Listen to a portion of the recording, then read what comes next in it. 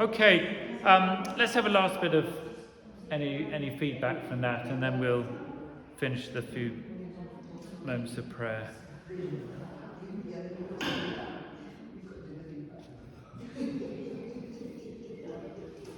Any thoughts, friends, any thoughts about where we go from here, how we keep this alive?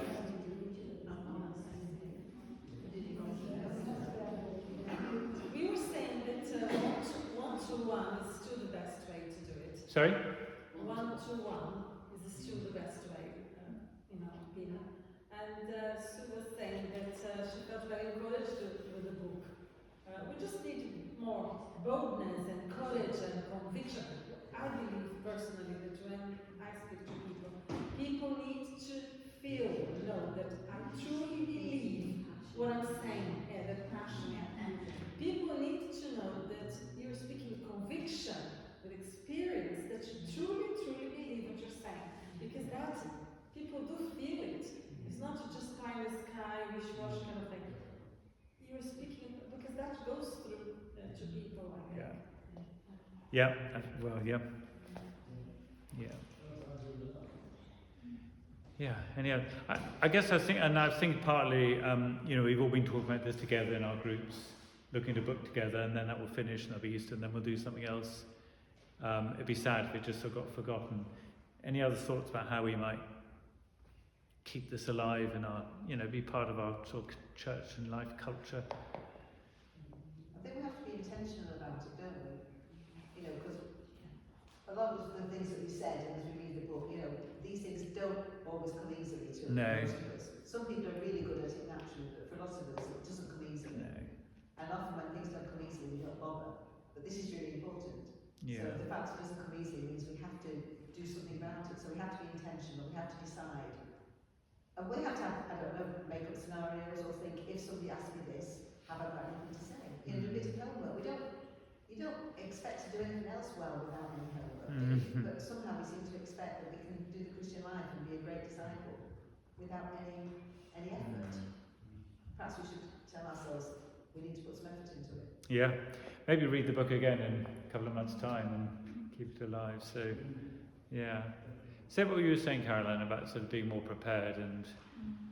Yes, so my example is Beehive, which is where I see non-Christian ladies every week, and you can build up a relationship.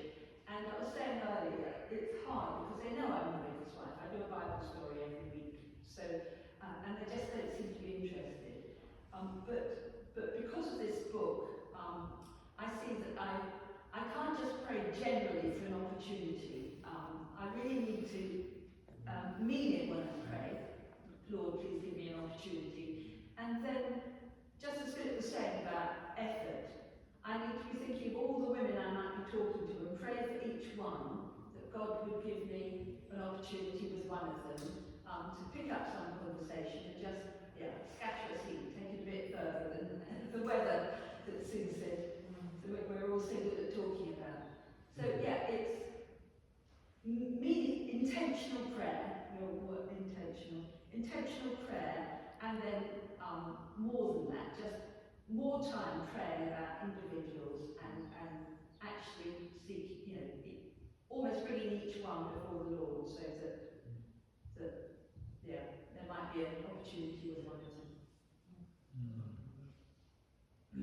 We said in one of our growth group meetings a bit ago that often, it depends on who you are, but some people, they can fit their football allegiance into any conversation at any point. They don't need a lead up, they don't need any sort of introduction. They can just stand next to somebody and say, what did you think about whichever match, or that sort of thing, Or my husband was really good at cars and he could talk to anybody at the drop of a hat about a car. There didn't need to be a lead into the conversation. That wasn't necessarily where the conversation was going to go.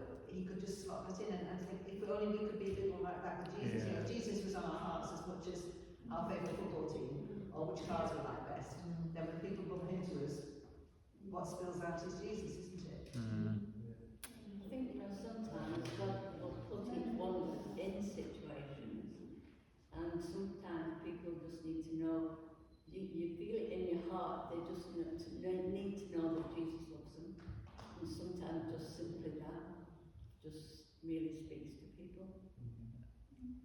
So I think the big thing is do something, isn't it? Be intentional and do something. Yeah. And But- I think perhaps you need to help us as a church keep us alive. Yeah. By seeking stories that people have and just asking them to share them in church, or even add one to your email or something. So if you ask for feedback, then we need to give it, and then you can.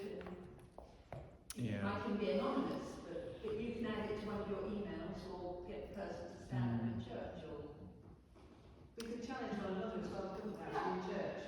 We're not challenging frankly, but we could share things. If we from this sort of thing carry on doing this, just when we talk to somebody, we can say, I was able to have a chat with a bus stop, I was able to pray with somebody, because that encourages the other person and it keeps you sharp about doing it.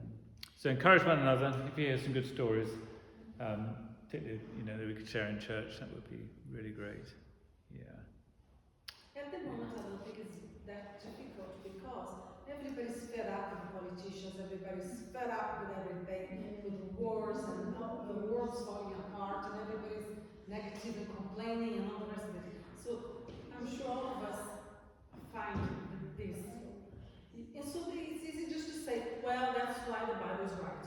That's why only Jesus has the answer. That's why the politicians, I have no hope in politicians, because only Jesus is the answer. So we can always have an inroad when people start saying, oh yeah, the world, blah, blah, blah. Because everybody knows that the politicians don't have the answers. The intellectuals don't have the answers. Nobody has the answers. Only the Bible. If you want the answer, if you want hope, go to the Bible. So we can always say that. Absolutely. Great. Okay. Can I just mention a couple of things coming up in church life? One is we've got the ladies and men's garden parties coming up in June. So, that's a sort of next stage thing. If you've had a conversation with someone, that you could invite them to that. And they're going to be two really good events. So they're coming up in June. And they are for inviting outsiders too, not just fellow Christians. We do want the church there, but it's lovely if we can invite others too. And then, because we met a social outreach team last night, the other thing we were planning to do is have a back to church Sunday in September, the end of September.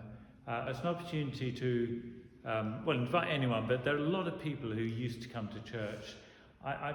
Every now and again I meet someone here, clearly everyone knows except for me, because they used to come to Clayton Brook.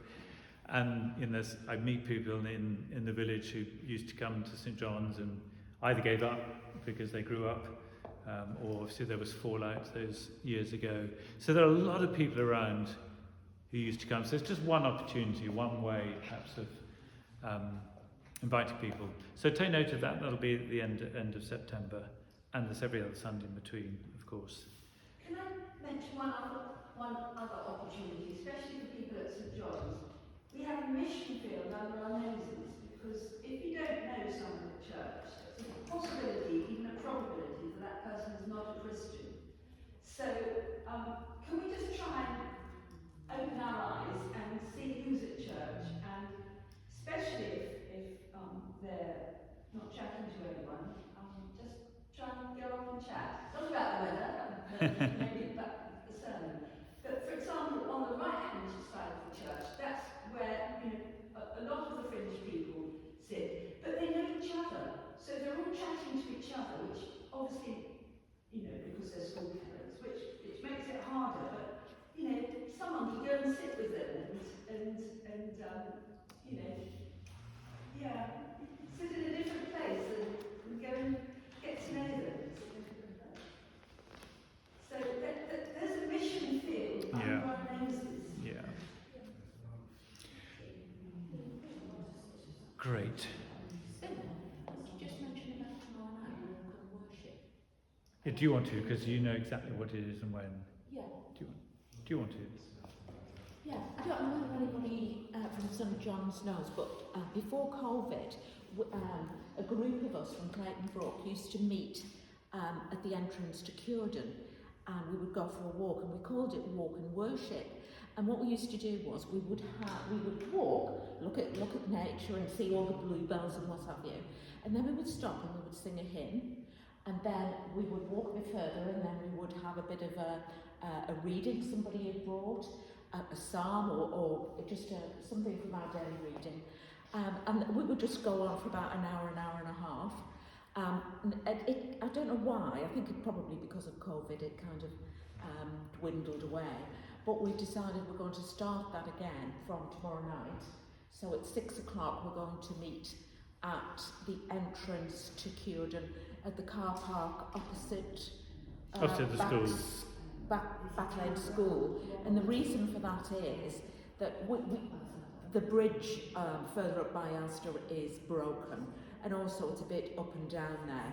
So we thought that might restrict who came. So this is an easier path from the bottom car park. But everybody is welcome if you want to come along 6 o'clock tomorrow night. Oh, thank you.